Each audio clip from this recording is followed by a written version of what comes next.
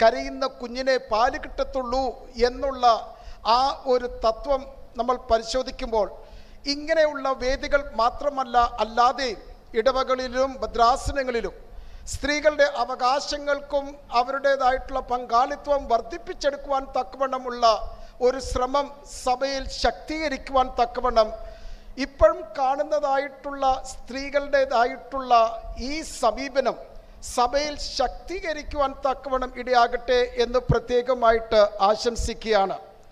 പല കാര്യങ്ങളും സഭയിൽ ഇപ്പോൾ നടപ്പിലാക്കി കഴിഞ്ഞിട്ടുണ്ടല്ലോ എന്നുള്ള സന്തോഷം കൂടി ഈ അവസരത്തിൽ ഇവിടെ സമർപ്പിക്കുകയാണ്. സ്ത്രീകൾക്ക് സഭയിൽ കൂടുതലായിട്ടുള്ള പങ്കാളിത്തം, പ്രാതിനിധ്യം, സംവരണം തന്നെ നടപ്പിലാക്കുവാൻ തക്കവണ്ണം പരിശുദ്ധ ബാവ തിരുമേനി പരിശുദ്ധ സുന്നോദോസിനോട് നിർദ്ദേശിച്ചിട്ടുണ്ട്. റൂൾസ് കമ്മിറ്റിയിലേക്ക് അത് നിർദ്ദേശം സമർപ്പിക്കുകയും ചെയ്തിട്ടുണ്ട്. അങ്ങനെ സഭ പലതരത്തിലും ഈ വ്യത്യാസങ്ങൾ ഒക്കെയും വരുത്തിയിട്ടുണ്ട് എന്നുള്ള ഒരു കാര്യം ശ്രദ്ധേയമാണ്. 1980 WCC വേൾഡ് കൗൺസിൽ ഓഫ് ചർച്ചസിൽ നമ്മൾക്ക് മറ്റുള്ള സഭകളിൽ നിന്നും വ്യത്യസ്തമായിട്ട് സ്ത്രീകളെ പ്രതിനിധികളായിട്ട് നാഷണൽ അല്ലെങ്കിൽ world council of churches, national council of churches, Kerala council of churches എന്ന് പറയുന്നതായിട്ട് ഈ 3 എക്യുമെനിക്കൽ പ്രസ്ഥാനങ്ങളിലും സ്ത്രീകളെ പ്രതിനിധികളായിട്ട് അയച്ചിരിക്കുന്ന ഏക സഭ ലോകത്തിൽ ഉണ്ടായിരുന്നെങ്കിൽ ഇത് മലങ്കര ഓർത്തഡോക്സ് സഭയായിരുന്നു. അങ്ങനെയുള്ള ഒരു ദീർഘമായിട്ടുള്ള ചരിത്രം ഈ സഭയ്ക്കും ഉണ്ട് എന്നും കൂടി ഞാനൊന്ന് സൂചിപ്പിച്ചു കൊള്ളട്ടെ. സ്ത്രീകളുടേതായിട്ടുള്ള കാര്യങ്ങൾ അല്പം വൈകിയാണെങ്കിലും സാവകാശത്തിലാണെങ്കിലും സ്ത്രീകൾക്ക് വേണ്ടിയുള്ളതായിട്ടുള്ള കരുതൽ എപ്പോഴും ഈ സഭയിൽ ഉണ്ടായിക്കൊണ്ടിരിക്കുന്നുണ്ട്, ഉണ്ടാകുകയും ചെയ്യും എന്നുള്ളൊരു കാര്യം ഞാൻ ഇവിടെ പ്രസ്താവിച്ചു കൊള്ളട്ടെ. നമ്മളുടെ ആശയത്തിലേക്ക് ഒന്ന് കടക്കുകയാണ്. പ്രധാനമായിട്ടുള്ള ആശയം 2 നമുക്ക് ഒന്ന് കരുതാൻ സാധിക്കും. 1 യേശുക്രിസ്തുവിലേക്ക് നോക്കുക, 2 എന്ന് പറഞ്ഞിരിക്കുന്നത് നമ്മുടെ ഓട്ടത്തിൽ പുരോഗമിക്കുക, അത് മുന്നോട്ടേറുക എന്നുള്ളത് പ്രധാനപ്പെട്ട ആശയമാണ്. ഇതൊരു ഗ്ലോബൽ മീറ്റിംഗ് ആണ് എന്ന് അവകാശപ്പെടുന്നു. അതുകൊണ്ട് ആ പശ്ചാത്തലം എല്ലാം നിലനിർത്തിക്കൊണ്ട് തന്നെ ചില ആശയങ്ങൾ സമർപ്പിച്ചു കൊള്ളട്ടെ. എന്തിനാണ് കർത്താവായ യേശുക്രിസ്തുവിനെ നോക്കുവാനായിട്ട് ആഹ്വാനം ചെയ്യുന്നത്? മറ്റേതൊരു വ്യക്തിയെയോ അല്ലെങ്കിൽ നമ്മൾ സ്ഥാപിക്കുന്ന ഒരു പ്രതിമയോ ഇന്നല്ലെങ്കിൽ നാളെ വെല്ലുകൾ സംഭവിക്കുവാനായിട്ടുള്ള സാഹചര്യമായിരിക്കും. ജീവിതത്തിൽ ഉണ്ടാകുന്നതായിട്ടുള്ള തകർച്ച, നമ്മളുടെ ആശയങ്ങൾ നഷ്ടപ്പെട്ടു പോകുമ്പോൾ അല്ലെങ്കിൽ അത് യാഥാർത്ഥമായി തീരുന്നില്ല, നമ്മൾ പ്രതിഷ്ഠിച്ചിരിക്കുന്ന വ്യക്തികളുടെ ജീവിതത്തിൽ വരുന്നതായിട്ടുള്ള കുറവുകളെ ശ്രദ്ധിക്കുമ്പോൾ ഉണ്ടാകുന്നതായിട്ടുള്ള പ്രയാസങ്ങൾ, അവരെ നോക്കി പലപ്പോഴും ജീവിതം ക്രമപ്പെടുത്താറുണ്ട്. തിരുമേനിമാരെയും വൈദികരെയും ചെമ്മാച്ചന്മാരെയും ഒക്കെ നമ്മൾ പ്രതിഷ്ഠിച്ച് നമ്മളുടെ ജീവിത ലക്ഷ്യത്തെ അല്ലെങ്കിൽ ജീവിതത്തെ തന്നെ ക്രമീകരിക്കാറുണ്ട്. പക്ഷെ അവരുടെ ജീവിതത്തിൽ വരുന്നതായിട്ടുള്ള ന്യൂനതകൾ നമ്മൾ ശ്രദ്ധിക്കുമ്പോഴത്തേക്കാണ് ഒരു പ്രയാസവും അവരുടെ ജീവിതത്തിൽ ഉണ്ടാകുന്നതായിട്ടുള്ള ഈ ഒരു പ്രതിസന്ധികൾ അവർ നേരിട്ടിരിക്കുന്നത് വിശ്വാസത്തിൽ നിന്നും വിപരീതമാണല്ലോ എന്ന് കരുതുന്നത്. അതുകൊണ്ട് തന്നെ യേശുക്രിസ്തുവിലേക്ക് നോക്കുക എന്ന് പറയുന്നതായിട്ടുള്ള ആഹ്വാനം ഗ്രന്ഥകർത്താവ് നമ്മളെ വിളിക്കുന്നത് നമ്മൾക്ക് കർത്താവിലേക്ക് നമ്മുടെ വിശ്വാസത്തെ പൂർത്തീകരിക്കുന്നതും തികച്ചിരിക്കുന്നതുമായിട്ടുള്ള കർത്താവിനെ നോക്കുക എന്ന് പറയുന്നു. ആ കർത്താവിൻ്റെ ജീവിതത്തെ പരിശോധിച്ച് നോക്കുമ്പോഴത്തേക്ക് അദ്ദേഹത്തിൻ്റെതായിട്ടുള്ള പ്രസംഗത്തിലും മനുഷ്യരെ അലട്ടി അവരെ ജീവിതത്തെ ഉടച്ചു വാർത്തിയെടുക്കുവാൻ തക്കവണ്ണം വ്യത്യസ്തമായിട്ടുള്ളൊരു സംസ്കാരം ഉടലെക്കുവാൻ തക്കവണ്ണം കർത്താവ് തൻ്റെ ശ്രോതാക്കളെ ആഹ്വാനം ചെയ്യുന്നു. തൻ്റെ അത്ഭുതങ്ങൾ കൂടി സ്വർഗരാജ്യത്തിൻ്റെതായിട്ടുള്ള പുതിയ അനുഭവം, തൻ്റെ കുരിശുമരണത്തോടു കൂടി ലോകത്തിൻ്റെ സകല തിന്മകളെയും തന്നോട് എറിഞ്ഞിട്ടുണ്ടെങ്കിലും അതിനെ സ്വീകരിച്ചുകൊണ്ട് അതിനെ രൂപാന്തരപ്പെടുത്തിക്കൊണ്ട് നന്മയുടെയും ജീവൻ്റെയും ഒരു മാർഗത്തെ തെളിയിക്കുന്നതായിട്ടുള്ള കർത്താവിലേക്ക് നോക്കുമ്പോൾ നിശ്ചയമായിട്ടും നമുക്ക് പഴയതിൽ നിന്നും വ്യത്യസ്തമായിട്ട് ഒരു നവീകരണം ജീവിതത്തിൽ മാത്രമല്ല സമൂഹത്തിലും കുടുംബങ്ങളിലും വരുവാൻ തക്കവണ്ണം കർത്താവ് ആഹ്വാനം ചെയ്യുന്നു. അതുകൊണ്ട് പഴയതുകൊണ്ട് മാത്രം തൃപ്തിപ്പെടാതെ പുതിയ ആശയയിലേക്കും പുതിയ കാഴ്ചപ്പാടിലേക്കും ശ്രദ്ധിച്ചുകൊണ്ട് എങ്ങനെയാണ് ഈ സമൂഹത്തെ വ്യത്യാസപ്പെടുത്തുന്നത് എന്ന് ശ്രദ്ധിക്കുവാൻ തക്കവണ്ണം ആണ് എബ്രായ ഗ്രന്ഥകർത്താവ് അദ്ദേഹം ഒരു ദീർഘമായിട്ടുള്ള വിശ്വാസത്തിൻ്റെ പട്ടിക അവതരിപ്പിച്ചുകൊണ്ട് 11-ാം അധ്യായത്തിൽ 12-ാം അധ്യായത്തിൻ്റെ ആദ്യത്തിൽ പറയുന്ന സാക്ഷികളുടെ ഒരു വലിയ സമൂഹം നമ്മുടെ ചുറ്റും ഉള്ളതുകൊണ്ട് കർത്താവിൽ വാത്സല്യമുള്ളവരെ, ഞാൻ ഇവിടെ നിൽക്കുന്നത് ഹൃദയങ്ങളെ തളരുതിപ്പെടുത്തുവാനല്ല.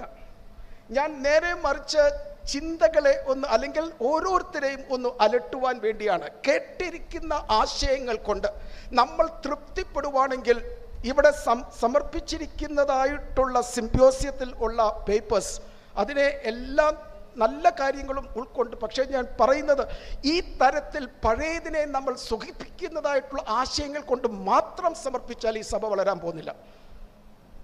ഞാൻ ആകപ്പാടെ കേൾക്കുന്നത്, സാധാരണയായിട്ട് എല്ലാ മർത്തമറിയ സമാജത്തിലും ഞാൻ കേൾക്കുന്നത്, ഞങ്ങൾ മർത്തമറിയ സമാജം കൂടി വികാരി അച്ഛൻ്റെ മഹനീയ സാന്നിധ്യത്തിൽ ഞങ്ങൾ പാട്ടുപാടി വേദോസ്തവം വായിച്ചു, ഞങ്ങൾ ധ്യാനിച്ചു, നേർച്ചയിട്ടു, ഞങ്ങൾ ബെനഡിക്ഷൻ പിരിഞ്ഞുപോയി. ഇതിൽ അല്ലാതെ എന്തെങ്കിലും വ്യത്യസ്തമായിട്ട് സഭയുടേതായിട്ടുള്ള കാഴ്ചപ്പാട് ഇടവകളിലോ അല്ലെങ്കിൽ മറ്റിടത്തോ ഞാൻ കേൾക്കുന്നത് ഇതുവരെ ഞാൻ കേട്ടിട്ടില്ല. എങ്ങനെ പഴയതിനെ കൊണ്ട് മാത്രം നമ്മൾ തൃപ്തിപ്പെടുത്താൽ എവിടെയാണ് ഈ വാക്യത്തിൻ്റെ അടുത്തു വരുന്ന ആശയം, ഒരു പുരോഗമനം ഈ സഭയിൽ ഉണ്ടാകുന്നത്? ഇതുവരെ കേട്ടിരിക്കുന്നതായിട്ടുള്ള ആശയങ്ങൾ ഗ്ലോബൽ മീറ്റാണെന്ന് വിചാരിച്ചോണം, അതാണ് അവകാശപ്പെടുന്നത്. ആ ഒരു കാഴ്ചപ്പാട് കേരളത്തിൻ്റെ കാഴ്ചപ്പാടല്ലാതെ വേറെ എന്തെങ്കിലും ഇവിടെ സമർപ്പിച്ചിട്ടുണ്ടോ എന്ന് എനിക്ക് സംശയമാണ്. അതുപോലും തികച്ചും ശരിയല്ല. ഇന്ന് കുടുംബങ്ങളിൽ അനുഭവിക്കുന്നതായിട്ടുള്ള വ്യത്യാസങ്ങളെ എത്രമാത്രം ഈ പേപ്പറിൽ സമർപ്പിച്ചിട്ടുണ്ട്. ഉദാഹരണമായിട്ട് ചെറുപ്പക്കാരില്ലാത്ത ഇടവകൾ, പ്രായമായിരിക്കുന്നവർ മാത്രം ഉള്ള ഇടവകളിലേക്കുള്ള നമ്മളുടെ ശുശ്രൂഷ എന്തുവാണ്? സ്ത്രീ സമാജത്തിൻ്റെ കരുതൽ എന്തുവാണ്? കുടുംബങ്ങൾ തകർന്ന് ഡിവോഴ്സ് അനുപന്ന പാതയിൽ കഴിയുന്നതായിട്ടുള്ള മക്കളുടേതായിട്ടുള്ള സാന്നിധ്യം കുടുംബങ്ങൾ കഴിയുമ്പോൾ നമ്മളുടെ സമീപനം എന്തുവാണ്? മക്കളുടെ ഇടയിൽ മയക്കുമരുന്നും ലഹരിയും അടിമപ്പെട്ടിരിക്കുന്നതായിട്ടുള്ള ലൈംഗിക പ്രശ്നങ്ങൾ വർദ്ധിച്ചു വരുന്നതായിട്ടുള്ള സാഹചര്യത്തിൽ ഇതൊക്കെ നമ്മൾ ശ്രദ്ധിക്കാതെ ഇതൊന്നും സംഭവിക്കുന്നില്ല എന്ന് കരുതുന്നതായിട്ടുള്ള ഒരു ശുഭമായ കുടുംബജീവിതത്തിൻ്റെ ചിത്രം അവതരിപ്പിച്ചാൽ നമ്മൾക്ക് ഈ ഭാവിയെ നേരിടാനായിട്ട് നമുക്ക് സാധിക്കുകയില്ല. അങ്ങനെയുള്ള ഒരു വ്യത്യാസത്തിൽ നിന്നും പരിശുദ്ധനായ പൗലോസ്ലീഹ കൊരിന്ത്യർക്ക് എഴുതിയിരിക്കുന്ന 5-ാം അധ്യായത്തിൽ 2-ാം ലേഖനത്തിൻ്റെ 5-ാമത്തിൽ പറയുന്നത്, ഒരു കർത്താവിൽ നിങ്ങൾ ആകുന്നുവെങ്കിൽ ഒരു പുതിയ സൃഷ്ടിയാകുന്നു, ഒരു പുതുക്കം ആവശ്യമാണ്. എങ്ങനെയാണ് മർത്തമറി സമാജത്തിന് ഈ സഭയുടെ ഭാവിയെ നേരിടുവാൻ സാധിക്കുന്നത്? ഈ സമൂഹത്തിൽ ഇനിയും മുതിർന്നവർ കൊണ്ട് മാത്രം കഴിയുന്ന കുടുംബങ്ങളും ഇടവകളും. ഞാൻ അടുത്ത കാലത്ത് ചെങ്ങന്നൂർ ഭദ്രാസനത്തിൽ ഒരു പള്ളിയിൽ ചെന്നു. അവിടെ ഏതാനും കുറച്ച് പ്രായമുള്ളവർ മാത്രം, ചെറുപ്പക്കാരുമില്ല. അച്ഛനടുക്കൽ ചോദിച്ചു, അച്ഛാ ഇവിടെ ചെറുപ്പക്കാരും പള്ളിയിൽ വരുന്നില്ലേ? അച്ഛൻ പറഞ്ഞു, തിരുമേനി ഇവിടെ ചെറുപ്പക്കാർ വരുന്നില്ല. ഇല്ല. അപ്പം ഞാൻ ചോദിച്ചു, അച്ഛാ അവർക്ക് താല്പര്യമില്ലാത്തത് കൊണ്ടാണോ? അല്ല, അവിടെ ഇല്ല. ഇവിടെ ആരും തന്നെയും ചെറുപ്പമായിട്ട് ഈ ഇടവകയിലില്ല. നമ്മൾക്കെല്ലാവർക്കും കേട്ടിരിക്കുന്നതായിട്ടുള്ള ഇൻസ്റ്റിറ്റ്യൂഷനാണ് സെൻറ്റ് സ്റ്റീഫൻസ് കോളേജ്, ഡൽഹി. ഈ നാട്ടിൽ ഏറ്റവും പ്രശസ്തമായിരിക്കുന്ന കോളേജിൽ സാധാരണയായിട്ട് ഒരു 1-2 ലിസ്റ്റ് ഇടുമ്പോൾ അവർക്ക് ആവശ്യമായിട്ടുള്ള സ്റ്റുഡൻസിനെ കിട്ടുന്നതായിട്ടുള്ള പാരമ്പര്യം കയറി പറ്റുവാൻ വളരെയധികം ബുദ്ധിമുട്ടാണ്. എന്നാൽ പോലും ഈ പ്രാവശ്യം 3 ലിസ്റ്റ് ഇട്ടിട്ട് പോലും കുട്ടികളെ കിട്ടുന്നില്ല. നാട്ടിലെ SB കോളേജ് വളരെ പേരെടുത്തതാണ്. പിള്ളേരെ അന്വേഷിച്ച് ചെന്ന് അവർക്ക് അഡ്മിഷൻ കൊടുക്കുകയാണ്. കർത്താവിൽ വാത്സല്യമുള്ളവരെ, സമൂഹത്തിൻ്റെ പരിണമിച്ചിരിക്കുന്നതായിട്ടുള്ള ആ യാഥാർത്ഥ്യം നമ്മൾ കണക്കിലാക്കിക്കൊണ്ട് എങ്ങനെയാണ് മർത്തമറി സമാജം ഈ വെല്ലുവിളികളെ സ്വീകരിക്കാൻ സാധിക്കുന്നത് എന്ന് നമ്മളുടെ ആശയം നമ്മളെ ഒന്ന് ചിന്തിപ്പിക്കണം. അതുകൊണ്ട് കർത്താവിൻ്റെ ഒരു വെല്ലുവിളി, ഞാൻ നവീകരിക്കുന്നു, പുതിയ സംസ്കാരം ഞാൻ സ്ഥാപിക്കുന്നു എങ്കിൽ ഈ മർത്തമറി സമാജത്തിന് എങ്ങനെയാണ് ഈ കാര്യങ്ങൾ ഒക്കെയും നേരിടുവാനായിട്ട് സാധിക്കുന്നത് എന്നുള്ള ഒരു പ്രധാന ആശയം ഒന്ന് കണക്കാക്കേണ്ടത് ആവശ്യമാണ്. അതുകൊണ്ട് ഓർത്തഡോക്സി എന്ന് പറഞ്ഞിരിക്കുന്നത് പഴയ ആശയങ്ങളെ മുറുകെ പിടിക്കുക എന്ന് മാത്രമല്ല, അതൊരു തെറ്റായിട്ടുള്ള നിർവചനമാണ്. അന്തസ്സത്ത് കാത്തു സംരക്ഷിച്ച ഓരോ തലമുറയ്ക്കും അതിൻ്റേതായിട്ടുള്ള ആവശ്യത്തിലും മനസ്സിലാക്കുന്ന രീതിയിലും വ്യാഖ്യാനിച്ചു കൊടുക്കുവാൻ കടപ്പെട്ടവരാണ് ഓർത്തഡോക്സുകാർ. അതനുസരിച്ച് വേണം അത് ഓരോന്നും കൂടി വ്യത്യാസപ്പെടുത്തുവാൻ. വളരെയധികം അത്യാവശ്യമുള്ള കാര്യമാണ് വേദപുസ്തകം വായിച്ച് ശരിയായിട്ട് മനസ്സിലാക്കുക എന്ന് പറയും. ഇന്ന് കൊടുത്തിരിക്കുന്ന പേപ്പേഴ്സ് പലരും പാശ്ചാത്യ രാജ്യങ്ങളിൽ കാണുന്നതായിട്ടുള്ള സ്ത്രീ വിമോചനത്തിൻ്റെ ആശയങ്ങളുടെ അടിസ്ഥാനത്തിൽ വേദവാക്യം അവതരിപ്പിക്കുന്നത്. Every text has A context. ഒരു പശ്ചാത്തലമുണ്ട്. ആ പശ്ചാത്തലത്തിൽ നിന്നും ഒരു വാക്യം പറിച്ചെടുത്താൽ ആ ഉദ്ദേശിക്കുന്ന ആശയത്തിന് ഘടകവിരുദ്ധമായിട്ടുള്ള ആശയമാണ് വരുന്നത്. ഗലാത്യർക്ക് എഴുതിയ ലേഖനം നമ്മൾ ഇവിടെ പല പ്രാവശ്യവും ഉദ്ധരിച്ചതാണ്. സ്ത്രീയും പുരുഷനും equal. The Holy Scriptures don't talk about the equality of man and woman. ഒരിക്കലും അതിനെ അങ്ങനെ വാദിച്ചിട്ടില്ല. It talks of complementarity. സഹായിക്കുവാൻ തക്കവണ്ണം. അപ്പോൾ നമ്മൾ പലപ്പോഴും ഈ സ്ത്രീ വിമോചനം, പുരുഷ മേധാവിത്വം ഇത് എന്താണ് എന്ന് ചിന്തിക്കാതെ ഉപയോഗിക്കുന്ന പദങ്ങൾ. Every person has A social location. അത് ഇല്ലാതെയാക്കാൻ പറ്റുകയില്ല. ഞാനൊരു പുരുഷനാണ്. എപ്പോഴും ഒരു പുരുഷൻ്റേതായിട്ടുള്ള കാഴ്ചപ്പാടിലെ എനിക്കെൻ്റെ ജീവിതത്തെ വ്യാഖ്യാനിക്കുവാനും അനുഭവിക്കുവാനും പറ്റുകയുള്ളൂ. എത്രമാത്രം വ്യത്യാസപ്പെടുത്തിയാൽ ശരി. ഒരു സ്ത്രീക്ക് അപ്രകാരം എന്നെ സ്ഥിരപ്പെടുത്തിയിരിക്കുന്ന അല്ലെങ്കിൽ ഞാൻ കഴിയുന്നതായിട്ടുള്ള ഒരു സാമൂഹ്യ പശ്ചാത്തലമുണ്ട്. അതിനെയും എന്നെ സ്വാധീനിക്കും. പക്ഷേ എവിടെയൊക്കെയോ സ്ത്രീകളുടെ സംഭാവന സഭയിൽ മനഃപൂർവ്വം ഒഴിവാക്കി വെച്ചിട്ടുണ്ടോ അവിടെയൊക്കെയും അത് പുനർപരിശോധിച്ചുകൊണ്ട് സമൂഹത്തിൻ്റെയും സഭയുടെയും ശ്രദ്ധയിലേക്ക് അതിനെ തിരിച്ചു കൊണ്ടുവന്ന് യഥാസ്ഥിതി വെളിവാക്കുന്നത് ആയിരിക്കണം നമ്മളുടെ ദൗത്യം. അതുകൊണ്ട് ഇവിടെ ഞാൻ എടുത്തു പറഞ്ഞോട്ടെ, അവർ പെർസ്യൂട്ട്, നമ്മുടെ ഓർത്തഡോക്സ് കാഴ്ചപ്പാടിൽ it should not be about equality between man and woman, but the complementarity between man and woman. അത് പൗരോഹിത്യത്തിലും അത് വ്യത്യാസമുണ്ട്. ഞാൻ നോക്കുമ്പോഴത്തേക്ക് സഭ സ്ത്രീയെയും പുരുഷനെയും കുഞ്ഞുങ്ങളെ കുട്ടികളെ വ്യത്യാസം കൂടാതെ നമുക്ക് ത്രോണോസിൽ മുത്തിക്കുന്നു. That talks about the common priesthood of all believers. എല്ലാ വിശ്വാസിനികൾക്കും മാമോദീസ വെള്ളത്താലും പരിശുദ്ധ മൂറോൻ പൂശുന്നതോടും കൂടി പട്ടത്വം ഉണ്ട് എന്നുള്ളൊരു യാഥാർത്ഥ്യം മറന്നു പോകരുത്. അതും കുർബാന അർപ്പിക്കുന്നതും തമ്മിൽ ഉള്ള വ്യത്യാസം മനസ്സിലാക്കേണ്ടിയിരിക്കുന്നു എന്ന് സമർപ്പിച്ചുകൊള്ളട്ടെ. There is a difference between liturgical priesthood and what you mean by priesthood of all believers. ഇങ്ങനെയുള്ള ചില പ്രധാനപ്പെട്ട ആശയങ്ങൾ, അതിൻ്റെ വ്യത്യാസങ്ങൾ നമ്മൾ നിലനിർത്തിക്കൊണ്ട് വേണം ഓരോ കാര്യങ്ങളും അവതരിപ്പിക്കാനായിട്ട്. അതുകൊണ്ട് ആ സോഷ്യൽ ലൊക്കേഷൻ മനസ്സിലാക്കിക്കൊണ്ട് സമൂഹത്തിലുള്ളതായിട്ടുള്ള ഘടന, അതിൻ്റേതായിട്ടുള്ള ചരിത്രവും സാംസ്കാരികവുമായിട്ടുള്ള പശ്ചാത്തലം, ഇതിനെ മനസ്സിലാക്കിക്കൊണ്ട് സഭയിൽ എങ്ങനെയാണ് വ്യത്യാസങ്ങൾ വരുത്തുവാൻ സാധിക്കുന്നത് എന്ന് കരുതുകയും അതോടൊപ്പം തന്നെ സമൂഹത്തിൽ വരുന്നതായിട്ടുള്ള വ്യത്യാസങ്ങൾ നമ്മൾക്ക് കണക്കിലെടുത്തുകൊണ്ട് നമ്മൾക്ക് എങ്ങനെയാണ് ക്രിയാത്മകമായിട്ടുള്ള ഓരോ പദ്ധതികളും ഓരോ ആശയങ്ങളും നിവൃത്തിയാക്കാൻ സാധിക്കുന്നത്. ആ നവീനതയുടെ അല്ലെങ്കിൽ നമുക്ക് ആ പ്രവർത്തനത്തിൻ്റേതായിട്ടുള്ള കാര്യം വേണം നമ്മളുടെ ചിന്തയെ ശക്തമായിട്ട് നമ്മളെ പ്രേരിപ്പിക്കാൻ. അപ്പോൾ ഇവിടെ ഓരോ തരത്തിലും സ്ത്രീകളുടെ ഉദാഹരണങ്ങൾ പഴയ നിയമത്തിലും പുതിയ നിയമത്തിലും ചരിത്രത്തിലും ഒക്കെ സമർപ്പിച്ചു. ഈ അടുത്ത കാലത്ത് ആ പട്ടികയിൽ ഒരൊറ്റ ഓർത്തഡോക്സ് സ്ത്രീ ഉള്ളതായിട്ട് ഞാൻ ശ്രദ്ധിച്ചില്ല. There is not a single Orthodox lady in that catalog. That says something about our community.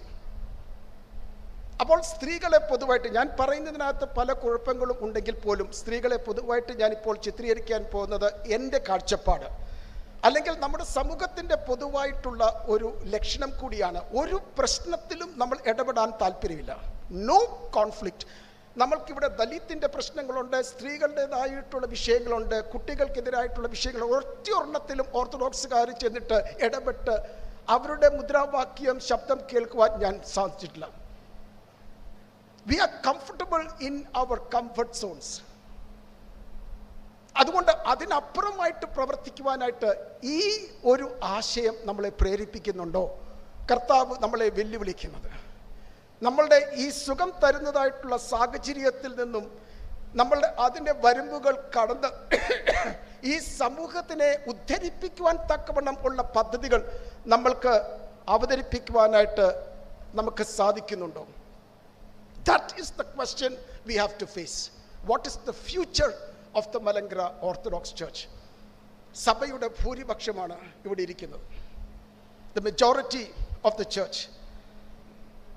ഈ ഒരു സമൂഹത്തിൻ്റെതായിട്ടുള്ള ദൈവം കൊടുത്തിരിക്കുന്ന താലന്തുകളെ എന്ത് സംഭവിച്ചു എന്ന് ചോദിക്കുവാണെങ്കിൽ കൈമലർത്തി കാണിക്കാനേ സാധിക്കുന്നുള്ളൂ.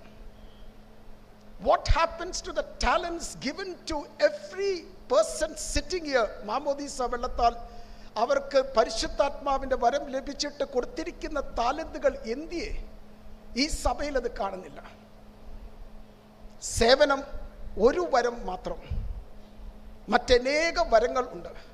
അത് ഈ സഭയിൽ പ്രദർശിപ്പിച്ചുകൊണ്ട് ഇതിനെ വളർത്തുവാൻ തക്കവണ്ണം പരിശുദ്ധനായ പൗലോസ്ലീഹായുടെ ആഹ്വാനം ഇന്ന് കേൾക്കുവാൻ പോലും ഈ സഭയ്ക്ക് സാധിക്കുന്നില്ല. അതുകൊണ്ട് തന്നെയാണ് ഞാൻ പറഞ്ഞത്, ഈ തരത്തിൽ പോകുവാണെങ്കിൽ ഇത് ശരിയാകുകയില്ല. We continue to repeat the mistakes of the past. അതിൽ നിന്നും വ്യത്യസ്തമായിട്ടുള്ള ഒരു ചിത്രമാണ് ഇവിടെ ഗ്രന്ഥകർത്താവ് പറയുന്നത്. നമ്മൾക്ക് കർത്താവ് യേശു ക്രിസ്തുവിലേക്ക് നോക്കാം എന്നുള്ളത്. നമുക്കൊന്ന് നോക്കണം, എങ്ങനെയാണ് നമുക്ക് കർത്താവിലേക്ക് നോക്കി ഈ സമൂഹത്തിൻ്റെ പരിണമിച്ചിരിക്കുന്നതായിട്ടുള്ള സാഹചര്യങ്ങൾ നമുക്ക് ഒന്ന് കരുതി നമ്മൾക്ക് ഒന്ന് വ്യത്യാസമായിട്ട് സമൂഹത്തെ വാർത്തെടുക്കാൻ സാധിക്കുന്നത്. How can be? അവിടെയാണ് ഈ വാക്യത്തിൻ്റെ രണ്ടാമത്തെ ഒരു ആശയം വരുന്നത്. നമ്മൾക്ക് ഓട്ടം തികയ്ക്കാൻ നമ്മൾ പുരോഗമിച്ചല്ലെങ്കിൽ ധൈര്യത്തോടെ പാപത്തെ എല്ലാം മാറ്റിവെച്ച് നമ്മൾ മുന്നോട്ട് പോകുന്നു. ഇന്ന് രാവിലെ കേട്ട എല്ലാ പേപ്പറിലും അടിവരയിട്ട് പറഞ്ഞിരിക്കുന്ന ആശയമാണ് കുടുംബത്തിൻ്റെ പ്രാധാന്യം. അപ്പോൾ ഞാനിന്ന് സൂചിപ്പിച്ചായിരുന്നല്ലോ, നമ്മളുടെ കുടുംബത്തിൻ്റെതായിട്ടുള്ള രൂപത്തെ നമ്മൾ അവതരിപ്പിച്ചിരിക്കുന്നത് അത്രയും ഒരു തൃപ്തികരമല്ല എന്ന്. നമ്മൾ ഇന്ന് പറയുന്നത് പുരുഷൻ ഈസ് എ മെട്രോസെക്ഷുവൽ എന്ന് വെച്ചാൽ പഴയ രീതിയിൽ നിന്നും വ്യത്യസ്തമായിട്ട് എത്രയോ കുടുംബങ്ങളാണ് അമേരിക്കയിലും മറ്റിടത്തും. ഈ ഗ്ലോബൽ കോൺഫറൻസ് എന്ന് പറഞ്ഞപ്പോഴത്തേക്ക് അമേരിക്കയുടെയും ഓസ്ട്രേലിയ എല്ലാവരുടെയും കൂടെ സാഹചര്യം നമ്മൾ കണക്കിലെടുത്ത് വേണം അവതരിപ്പിക്കാൻ. അല്ലാതെ കേരളത്തിൻ്റെ ആശയം മാത്രം പറഞ്ഞാൽ ഇതൊരു ഗ്ലോബൽ മീറ്റ് ആകുകയില്ല. അതുകൊണ്ട് ആ ആശയങ്ങൾ അവതരിപ്പിക്കുമ്പോൾ ഇന്ന് ഭർത്താക്കന്മാരുടെ റോൾ എന്തുവാണെന്ന്, എത്ര പേരാണ് പാചകം ചെയ്യുന്നത് വീട്ടിൽ, എത്ര ഭർത്താക്കന്മാരാ കുഞ്ഞുങ്ങളെ കുളിപ്പിച്ച് വൃത്തിയാക്കി അവരെ നോക്കുന്നത്. സ്ത്രീകൾക്ക് മാത്രം അല്ല ഈ കാര്യങ്ങളെല്ലാം. എത്ര ഭർത്താക്കന്മാരാണ് തുണികൾ നനച്ചുകൊണ്ടിരിക്കുന്നത്. ഇതൊക്കെ വ്യത്യാസപ്പെട്ടിരിക്കുന്നതായിട്ടുള്ള റോളുകളായി. അതൊക്കെ നമ്മൾ മനസ്സിലാക്കണം. The changing roles of the husband and the wife. അപ്പോൾ നമ്മൾക്ക് ഇവിടെ കാണാൻ സാധിക്കുന്നത് ഈ വലിയ സാക്ഷികളുടെ സമൂഹം, there is a big crowd അല്ലെങ്കിൽ ക്ലൗഡ് ഓഫ് വിറ്റ്നസ്സസ്, സാക്ഷികൾ. അതിൻ്റെ പ്രധാനമായിട്ടുള്ള ഒരു ഉദാഹരണമാണ് വിശുദ്ധ മാതാവെന്ന് പറയുന്നത്. ഈ മാതാവിനെ കുറിച്ചൊന്ന് അല്പം ഒന്ന് ചിന്തിക്കുമ്പോൾ കർത്താവിൻ്റെ പിന്നാലെ ചെന്നിരിക്കുന്ന സ്ത്രീകളുടെ കൂട്ടത്തിൽ വിശുദ്ധ മാതാവുമുണ്ട്. പക്ഷെ എബ്രായ ഗ്രന്ഥകർത്താവ് നമ്മളുടെ കീഴിൽ 3 ഘട്ടത്തിലാണ് പ്രവർത്തിക്കാൻ പറഞ്ഞിരിക്കുന്നത്: സമൂഹം, സഭ, കുടുംബം. അപ്പോൾ ഒരുമിച്ച് വരുന്ന സഭയിൽ വരുന്നതായിട്ടുള്ള നിങ്ങൾ ആരാധന മുടക്കരുത്, അത് നിങ്ങളുടെ കൂട്ടായ്മയ്ക്ക് പ്രധാനപ്പെട്ട ആശയം ഒക്കെ ഗ്രന്ഥകർത്താവ് സൂചിപ്പിക്കുന്നുണ്ട്.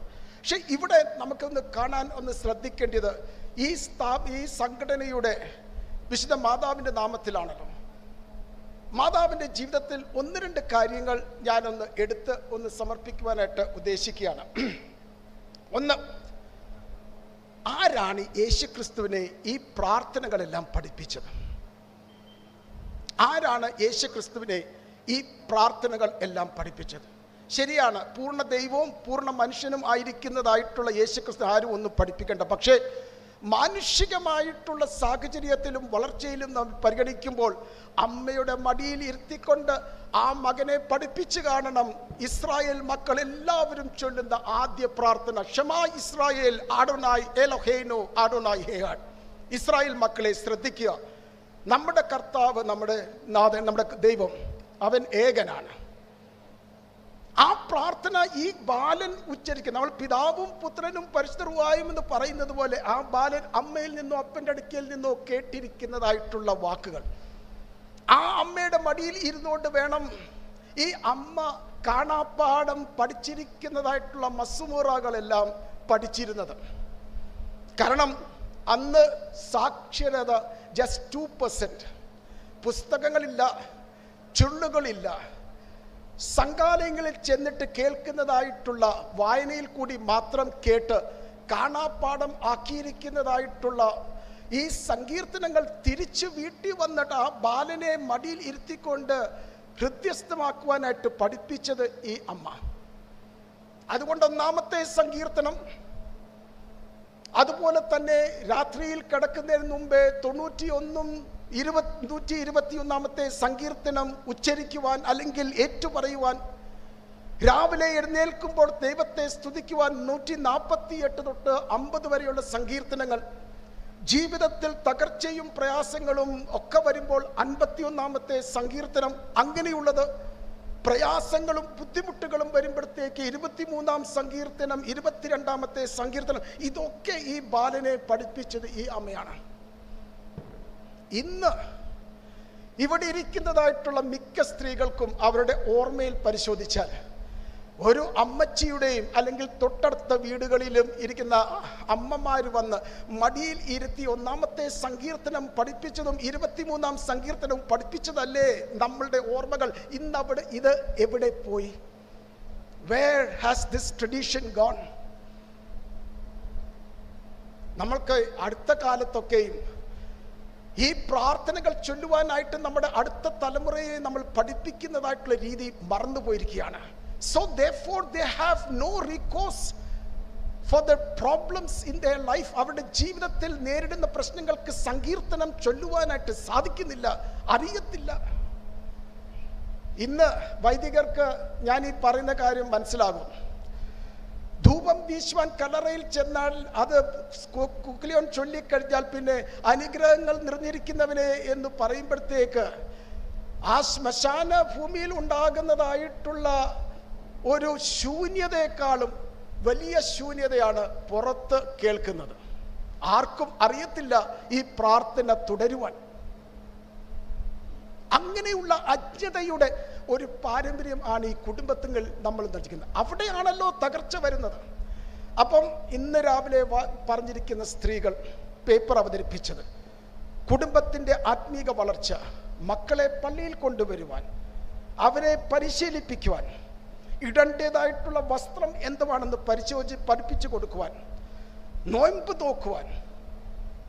എനിക്ക് മലയാളത്തിലൊന്നും അത്രയും വലിയൊരു ബാക്ക്ഗ്രൗണ്ട് ഇല്ല. അത് ഞാൻ പഠിപ്പിച്ചിരിക്കുന്നതായിട്ടുള്ള എൻ്റെ സഹോദര മെത്രാപ്പോലീത്ത അതിന് സാക്ഷ്യം വഹിച്ചോളും. പക്ഷേ ഞാനിങ്ങനെ കേട്ടിട്ടുണ്ട്. എൻ്റെ വലിയപ്പച്ചനും വലിയമ്മച്ചിയും കൂടി രാത്രിയിൽ അത്താഴം കഴിക്കുന്നതിന് മുമ്പേ കൊച്ചുമക്കളെ പിടിച്ചിരുത്തിക്കൊണ്ട് പ്രാർത്ഥിച്ചിട്ട് കഴിഞ്ഞിട്ടേ ഉള്ളൂ കഞ്ഞി കുടിക്കുന്നത്. അങ്ങനെയാണ് ഞാൻ പിതാവിനും പുത്രനും കൗമായി പിടിച്ചത്. ആ ഉറക്കത്തിൽ ഇരുന്നുകൊണ്ട് കേട്ടതാണ്, ഞങ്ങൾക്കുള്ള കർത്താവേ, ഞാൻ നിദ്ര ഒഴിഞ്ഞിട്ട് ഉണർവോടെ നിൻ തിരുമുൻപിൽ നിൽപ്പാൻ എനിക്ക് നൽകണമേ. ഇന്ന് ആ പാട്ട് വീടുകളിൽ കേൾക്കാൻ പറ്റുന്നില്ല.